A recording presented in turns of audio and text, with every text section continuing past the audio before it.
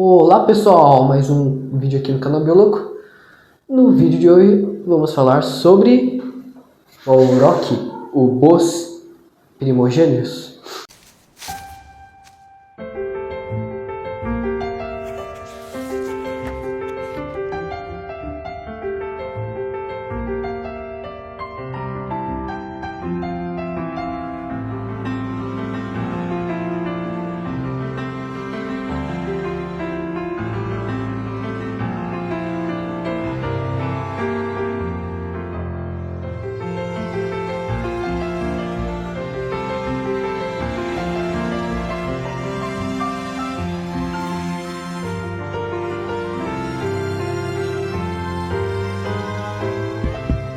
Esse é basicamente o primogênito de todas as raças de bois que a gente conhece hoje em dia. Então, se não fosse ele, você não estaria aí comendo sua picanha, ou você não teria seu churrasco aí que você reúne a família todo domingo. Então, bora se aprofundar aí na história desse animal que é tão importante para a humanidade, né? Bem, o Bos indicus, ele surgiu ali mais ou menos há 200 mil anos atrás, e ele era absurdamente grande. Vocês vão ver aqui agora ao lado uma imagem dele, e vocês vão ver que, sim, ele era muito grande. Os machos podiam chegar na fase adulta a cerca de 3 metros de comprimento, o que é muito, bem mais que de qualquer raça de boi que a gente conhece hoje em dia, né? As fêmeas chegavam ali a 2,5 metros, eram bem menores, tanto em massa, tanto na questão dos cornos deles também eram maiores nos machos e menores das fêmeas. E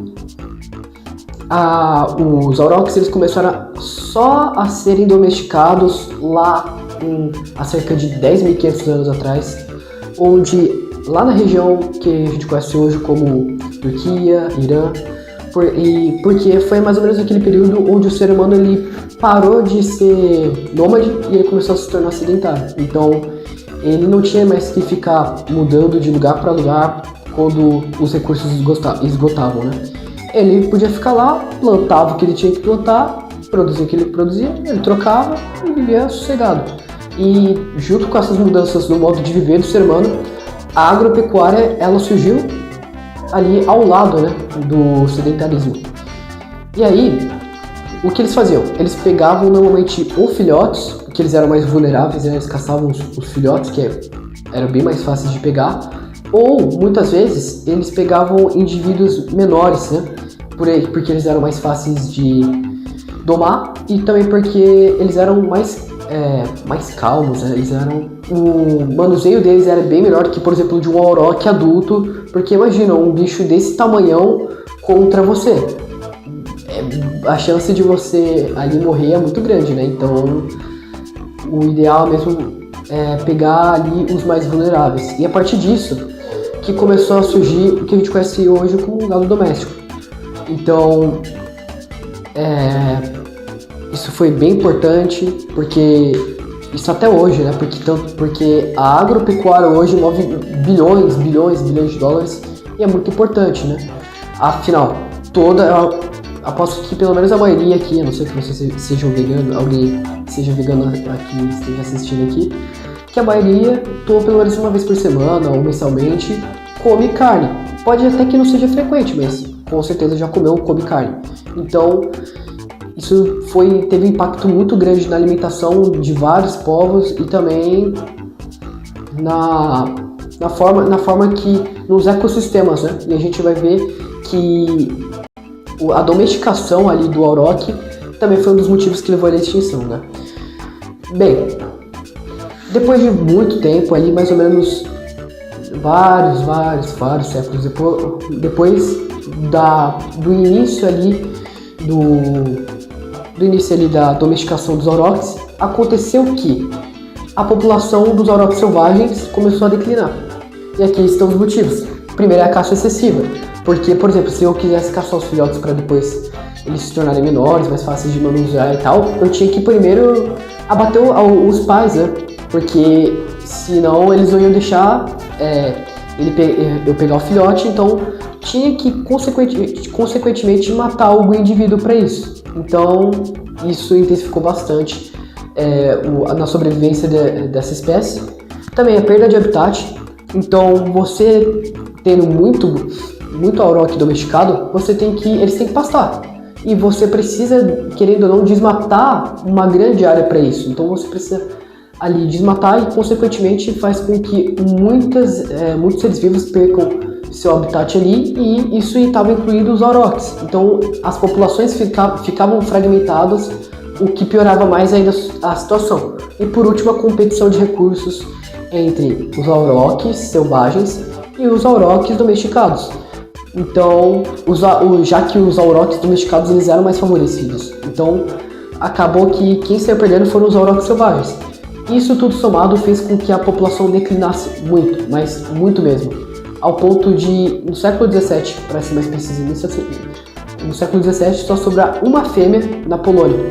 E, aliás, nobres poloneses tentaram, logo quando eles viram que a população estava declinando muito, eles tentaram fazer alguma coisa, só que no final das contas não adiantou nada. Então acabou que lá em 1627 a última fêmea foi extinta, fazendo assim com que essa espécie ficasse perdida no tempo. Eu digo perdida entre aspas porque o auroch ele foi ainda meio que permanece ainda de certa forma com a gente hoje em dia, já que houve ali uma herança genética com todas as raças de bois que foram surgindo sucessivamente depois ali da domesticação dos aurochs. Então, tanto é que os aurochs fizeram surgir duas principais linhagens de bois que a gente conhece hoje em dia, que no caso são os dos bos tauros e dos bos hípicos. Então, eles realmente foram de grande importância para a vida dos humanos no geral. E hoje em dia ainda tem alguns projetos que tentam trazer o auroch à vida, né? Onde ele, através de várias modificações genéticas e cruzamentos, eles geram bois ali que têm características que se assemelhavam às características que os aurochs tinham, né? Então, mais ou menos o que fizeram ali quando reviveram, né, o lobo terrível, né, no ano passado. Acho que eu tenho quase certeza que a maioria de vocês viu essa notícia, né, que tinham revivido essa espécie de lobo pré-histórico, só que não foi bem assim, né? Pegaram o DNA de um lobo cinzento, fizeram modificações para que ele se assemelhasse ao lobo terrível, mas não é o lobo terrível, né? É mais ou menos ali que acontece